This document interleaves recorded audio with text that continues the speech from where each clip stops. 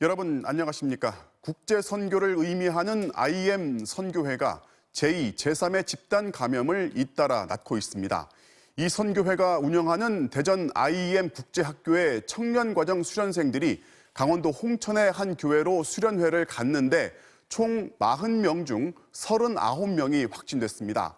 고열과 두통을 호소하는 참가자가 있었지만 해열제로 버티게 했고 무엇보다 홍천 지역 주민과도 접촉했습니다. 먼저 박민기 기자의 보도입니다.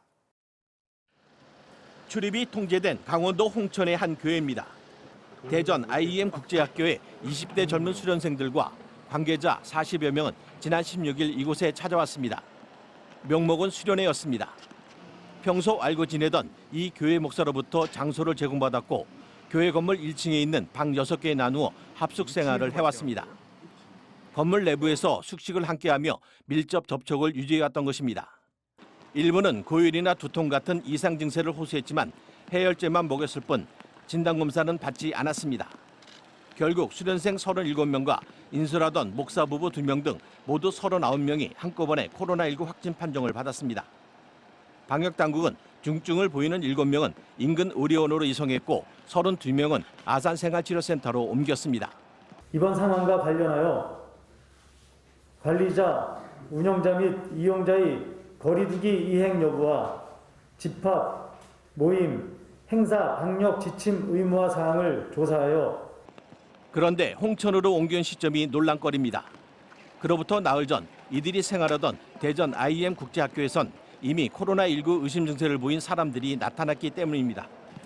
방역당국은 이들이 밀집을 피해 홍천으로 인원을 분산시켰을 가능성을 의심하고 있습니다. 1월 16일까지인가가 신입생들이 들어오니까 여기에 너무 많은 밀집이 되죠. 여기에 애들이 증상이 있어가지고 빨리 피해야 되겠다라고 홍천으로 갔다 그런 얘기도. 집단 감염이 확인된 IA 국제학교 선교회원들이 떠난 교회는 임시 폐쇄됐지만 지역 전파 가능성이 남아있어 주민들의 불안감은 쉽게 사라지지 않고 있습니다. 일부 확진자들이 교회 차량을 이용해 인근 카페와 빵집을 다니면서 지역 주민과 접촉했기 때문입니다. 방역당국은 IM 선교회 측이 코로나19가 의심되는 상황에서 수련회를 강요했는지 등을 중점 조사하고 있습니다. MBC 뉴스 박민기입니다. 제 방학 때 이번 방학 때에 한 2,000명의 아이들을 치렀어요. 수련회를. 이 코로나 한가운데 제가 슈퍼 확진자가 돼야 되고 벌써 돼야 되는 상황인데 한 명도 아직 안 걸렸어요. 네, 그래서 참 저는 그런 얘기 하고 싶어요. 그분이 그런 얘기 하셨는데 하나님께서는 저희를 과학적으로 지켜주신다. 과학적으로 지켜주시나 봐요. 네, IM 선교회 대표 마이클 조 선교사의 얘기를 들어보면 집단 감염은 결국 시간의 문제였습니다. 선교 단체였지만 교리와 영어를 결합시켜 교육 사업에 뛰어들었고 진학, 유학이라는 말에 학부모들이 호응하면서 짧은 시간에 급성장했습니다.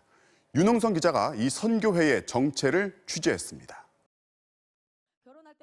IM 선교회가 한창 교세를 확장하던 2019년 전국 26개 교회가 소속된 경기도의 한 선교회에서 열린 설명회 영상입니다.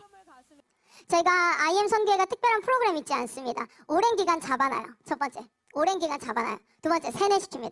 그래서 저희가 패러다임을 바꿔서 어떻게 하냐면 교회가 학교를 하자. 교회 관계자들을 상대로 한 일종의 사업 설명회. TCS와 IEM 등 각종 교육 과정을 소개하고 저렴한 비용으로 유학까지 가능하다고 말합니다. 일반적으로 유학 가려면 한 200에서 250만 원 정도 들어요. 생활비만. 그런데 저희 교육 네트워크 안에서 이것을 움직이면 생활비가 70만 원이에요. 하지만 IEM 국제학교의 경우 입학비만 300만 원, 매달 95만 원씩 학비를 받습니다. 방학 기간 2, 3주씩 열리는 캠프 회비도 50만 원에서 110만 원까지 말처럼 저렴하진 않습니다. 이가 돈이 제일 많이 되는 곳이거든요. 아무리 돈이 없어도 자기 자녀 유학 보낼 때는 대출 내서라도 보내요. 아무리 돈이 없어도요. 교회에서 뭐 한다 그러면 돈이 없대. 그런데 그 아들 유학 가요. 설명회가 열린 지 1년도 안 돼 많은 교회들이 속속 교육 사업에 동참했습니다. 해외 선교 대신 국내에만 집중하면서 코로나 사태는 오히려 새 확장에 도움이 됐다고 합니다. 코로나 때문에 우리 목사님이 수지 맞았다고 그러는데 저는 정말 제가 수지 맞은 것 같아요. 코로나 때문에. 2019년 7곳에 불과하던 교육시설 수는 24개로 늘었고 올해도 10여 곳이 문을 열기로 했습니다. 몇 터져 죽겠어. 너무 많아요. 요번에 신입생 막 40-50명 또 들어온대요. 대전에 자리 없어요. 180명에 180명. 600평에. 실제 작년 지역별로 열린 여름 캠프에만 학생 2,000명이 참가했고 11월 대전에서 열린 전국대회에도 수백 명이 모였습니다. 우리 IM 선교회가 걸렸어도 벌써 걸려야 되거든요. 왜냐하면 아이들이 계속 수시로 왔다 갔다 하고요. 전국에서 오고 또 제가 전국을 돌아다녀요. 감염이 위태로운 상황이 많았지만 종교의 힘으로 극복했다는 IM 선교회. 하나님께서는 저희를 과학적으로 지켜주신다. 과학적으로 지켜주시나 봐요. 그래서 이 방학 기간에 제가 확진자를 만들어낸 게 아니라 확정자를 엄청 많이 만들어냈습니다. IM 선교회가 자랑했던 확정자는 결국 확진자로 바뀌어 전국적인 집단 감염의 한가운데 섰습니다. MBC 뉴스 윤웅성입니다. 신규 확진자가 다시 300명대로 내려오면서 최근 일주일 동안 하루 평균 400명 아래로 감소했습니다. 이런 감소세와 정반대로 지난 주말 전국의 이동량은 전주보다 증가했습니다. 이런 상황에서 설 명절을 앞두고 거리 두기 단계를 어떻게 조정해야 할지 정부가 이번 금요일에 발표합니다. 이덕영 기자가 보도합니다. 코로나19에서 회복된 환자 40명을 대상으로 국립중앙의료원이 후유증을 조사한 결과 가장 많은 증상은 피로감이었고 운동 시 호흡곤란과 탈모 증상 등이 뒤를 이었습니다. 동네를 조금 걸으려고 그래도 이렇게 숨이 차서 걷기가 힘들고 말을 많이 해도 좀 숨이 찬다거나. 나이가 어리거나 경증일수록 피로와 수면장애 등이, 고령이거나 중증일수록 호흡곤란과 폐섬유화 현상이 발생했습니다. 특히 중증일수록 피로나 호흡곤란 같은 후유증이 발생할 위험이 2배까지 증가하고 우울감과 외상 후 스트레스 장애 같은 정신과적 후유증도 전 연령대에서 공통적으로 관찰됐습니다. 모든 연령층에서 코로나19 완치 후에 후유증이 발생할 가능성이 있다는 것을 확인했기 때문에 모든 국민들께서 방역 조치 및 방역 수칙을 철저히 준수하는 것이 아직 지역 내 감염 사례는 없지만 변이 바이러스의 국내 유입 증가도 문제입니다. 변이 바이러스의 전염력과 치명률이 커지고 있는 것으로 보고된 가운데 국내 유입 사례는 27건으로 늘어났기 때문입니다. 바깥으로 3차 유행의 고비를 넘고 백신 접종을 눈앞에 둔 지금 변이 바이러스가 국내로 유입되어 확산될 경우 심각한 위협이 될 것입니다. 게다가 지난 주말 수도권의 이동량은 한 주 전보다 13.3%, 비수도권은 약 20% 증가한 것으로 나타났습니다. 이번 3차 유행에선 4명 중 1명꼴로 가족 내 전파를 통해 감염되고 있는데 설 연휴가 2주 앞으로 다가온 것도 걱정입니다. 이런 위험 요소들을 고려해 정부는 거리 두기 단계와 5인 이상 집합 금지 조치를 완화할지 등을 오는 금요일 결정에 발표할 예정입니다. MBC 뉴스 이덕영입니다. 오늘 전 세계 확진자는 1억 명을 넘었습니다. 중국 우한에서 첫 환자가 발생하고 꼭 1년 1개월 만입니다. 그 사이 인간은 백신을 개발해 맞서고 있지만 이 영악한 바이러스는 새로운 변이를 거듭하고 있습니다.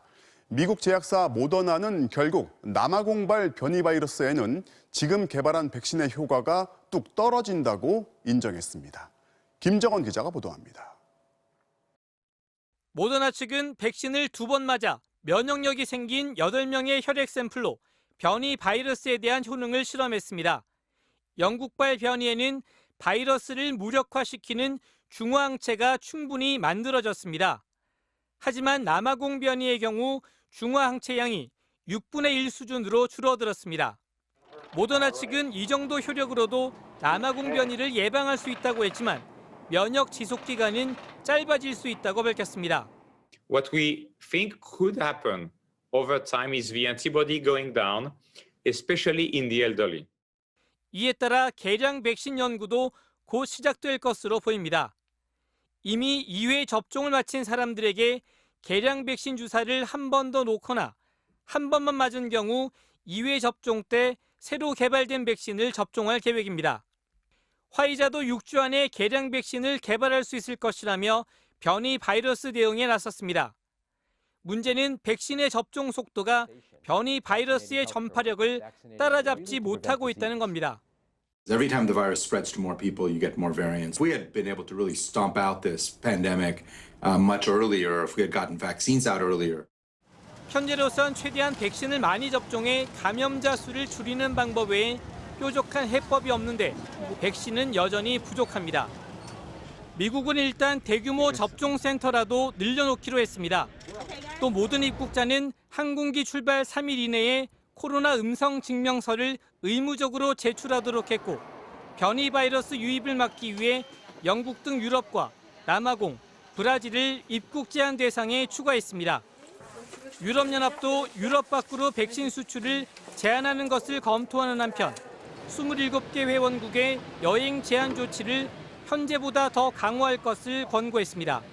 MBC 뉴스 김정원입니다.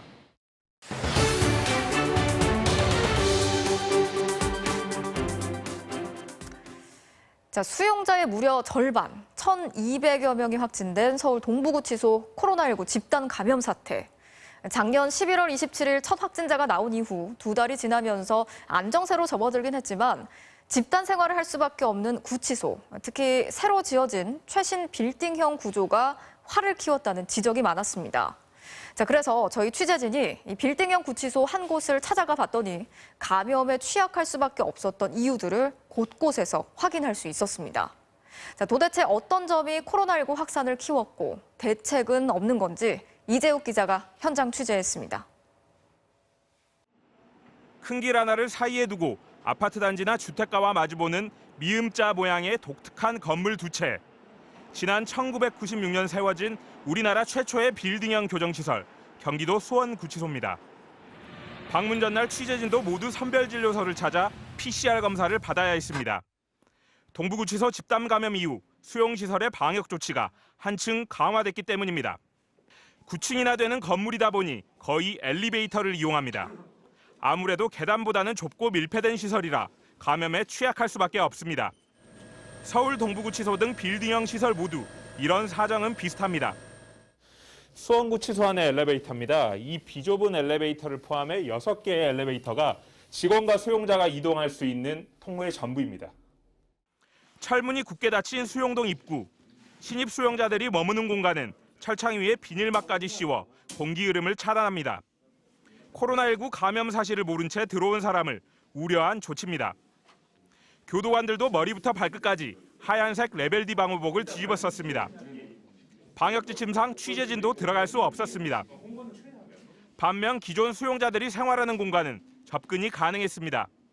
복도를 따라 길게 늘어선 철창과 철문들, 정원 6명인 이 방에서는 정원의 2배 가까운 10명이 생활합니다. 방 넓이는 15제곱미터, 정원을 지키면 1인당 2.5제곱미터를 쓸 수 있지만 4명을 초과 수용한 탓에 1인당 1.5제곱미터, 1명에게 반평도 안 되는 공간만 주어집니다. 수용률 120%, 전국 53개 교정시설 중 최고 수준의 과밀 상태로 방에 사람을 구겨 넣다 보니 물과 휴지 등 생필품은 복도에 쌓아놨습니다. 이러다 코로나19 의심 환자라도 나오면 곧장 격리해야 하지만 독방도 턱없이 부족합니다. 신입 수용자들은 2주간 격리부터 해야 하는데 밀려드는 입소자들로 심할 때는 무려 5사람이 한 방에서 격리 아닌 격리를 합니다. 우리가 방역을 위해서 최대한 노력을 하고 있지만 그러한 사태가 우리 수원구치소에도 발생할 것에 대해서 많이 염려를 하고 있습니다. 운동을 하는 공간도 살펴봤습니다. 건물 가운데의 정원이나 옥상 체육 공간은 바깥 공기를 느낄 수 있도록 개방돼 있습니다. 하지만 이걸로는 모자라 실내 운동실도 함께 운영할 수밖에 없습니다. 집단 감염이 발생한 동부구치소는 옥상이나 야외 운동시설이 전혀 없습니다. 야외 운동장이 기본이었던 예전 구치소들과는 설계부터 다른 구조이기 때문입니다. 수원구치소는 미음자, 동부구치소는 티그자 형태로 공기의 흐름이 건물 안팎으로 원활하기 어려운 구조입니다. 코로나19 바이러스가 유입되면 언제든 제2의 동부구치소 신세가 될 우려가 높아 외부와의 불필요한 접촉을 차단하는 게 그나마 최선의 대안입니다. 저희들은 현재 직원들이 퇴근 후에 외출 금지 상태입니다. 직원은 일주일에 한 번씩 PCR 검사를 실시하고 있습니다. 수용자 중에서도 배식이나 청소하는 수용자들에 대해서는 2주일에 한 번씩 또 PCR 검사를 실시하고 있습니다. 수용자의 과밀화를 근본적으로 해소하려면 당연히 교정시설을 더 지어야 합니다. 하지만 범죄자를 위해 혈세를 쓴다. 우리 동네는 안 된다. 이런 거부감 때문에 마땅한 부지를 찾기조차 어렵습니다. 결국 좁은 땅에 많이 수용할 수 있게 빌딩형 최신 시설을 지었지만 구조상 감염병에 취약한 데다 그 시설조차 과밀 수용되는 악순환이 거듭되고 있습니다. 수용자에 대한 부정적인 시선이 좀 여전합니다. 무엇보다도 이제 수용자가 되면 시민으로 인정받지 못하는 게 가장 큰 문제라고 생각합니다. 문재인 정부는 출범 당시 교정시설 과밀화를 단계적으로 해소하겠다고 했지만 임기 말 터진 구치소 집단 감염으로 약속을 못 지킨 결과마저 드러났습니다. MBC 뉴스 이재욱입니다.